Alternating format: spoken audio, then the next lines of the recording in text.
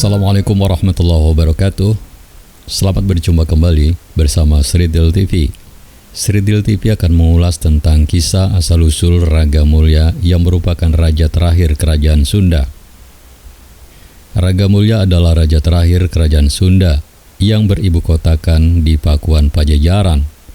Nama ini dalam naskah Wangsakerta disebut juga sebagai Prabu Surya Kencana.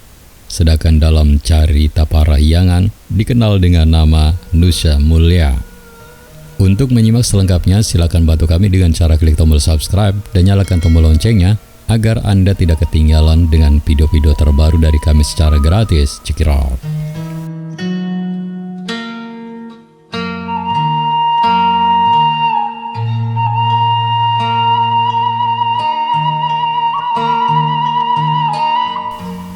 Prabu Surya Kencana tidak berkedudukan di Pajajaran, tetapi di Pulasari Pandeglang. Oleh karena itu, ia dikenal pula sebagai Pucukumun atau Panembahan Pulasari. Mungkin raja ini berkedudukan di Kaduhejo, Kecamatan Menes pada lereng Gunung Palasari. Dalam Pustaka Nusantara 3-1 dan Kertabumi 1-2 disebutkan, Pajajaran sirna ing ekadasa sukla paksa wesaka masa 1500 punjul siki ikang sakakala, yang artinya Pajajaran lenyap pada tanggal 11 bagian terang bulan Wesaka tahun 1501 Saka.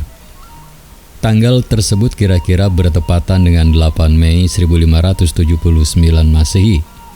Naskah Banten memberitakan keberangkatan pasukan Banten ketika akan melakukan penyerangan ke Pakuan dalam Pupuk Hinanti, yang artinya waktu keberangkatan itu terjadi bulan Muharram, tepat pada awal bulan hari Ahad tahun Alif.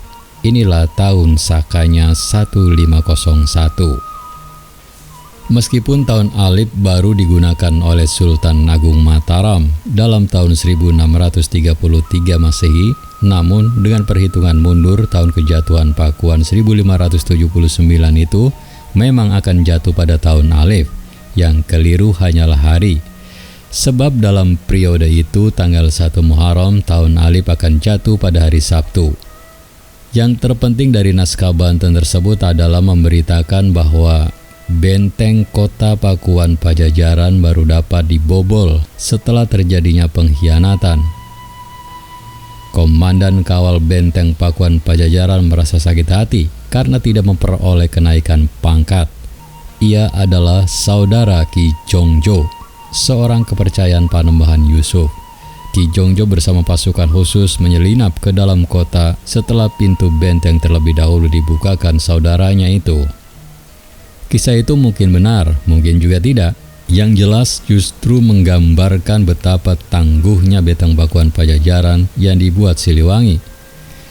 Setelah ditinggalkan oleh raja selama 12 tahun, pasukan Banten masih terpaksa menggunakan cara halus untuk menembusnya.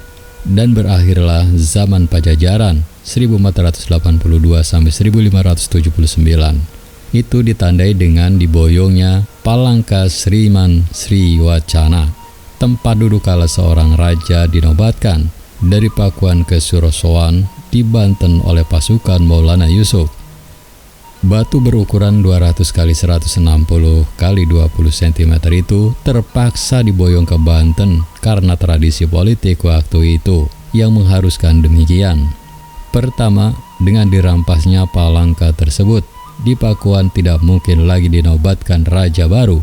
Yang kedua, dengan memiliki Palangka itu, Maulana Yusuf mengklaim merupakan penerus kekuasaan Pajajaran yang sah karena buyut perempuannya adalah Putri Sri Baduga Maharaja, sementara di sisi lain seluruh atribut dan perangkat kerajaan secara resmi diserahkan kepada Kerajaan Sumedang Larang melalui 4 Kandaga Lante.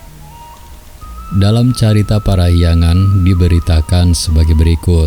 Sang susuk tunggal inyana nunyeuna Palangka Sriman Sriwacana Sri Baduga Maharaja di Raja Ratu Haji di Pakuan Pajajaran Numika Datuan Sri Bima Punta Narayana Madura Suradipati Ingnyana Pakuan Sangyang Sri Ratu Dewata Artinya, Sang Susuk Tunggal ialah yang membuat tahta Sriman Sriwacana untuk Sri Baduga Maharaja Ratu Penguasa di Pakuan Pajajaran yang bersemayam di Keraton Sri Bima Punta Narayana Madura Suradipati, yaitu Istana Sanghyang Sri Ratu Dewata.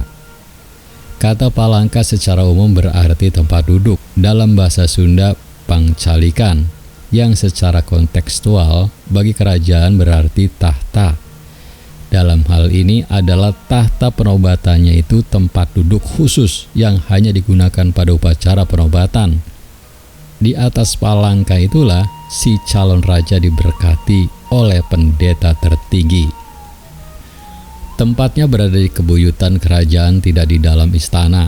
Sesuai dengan tradisi, tata itu terbuat dari batu dan digosok halus mengkilap.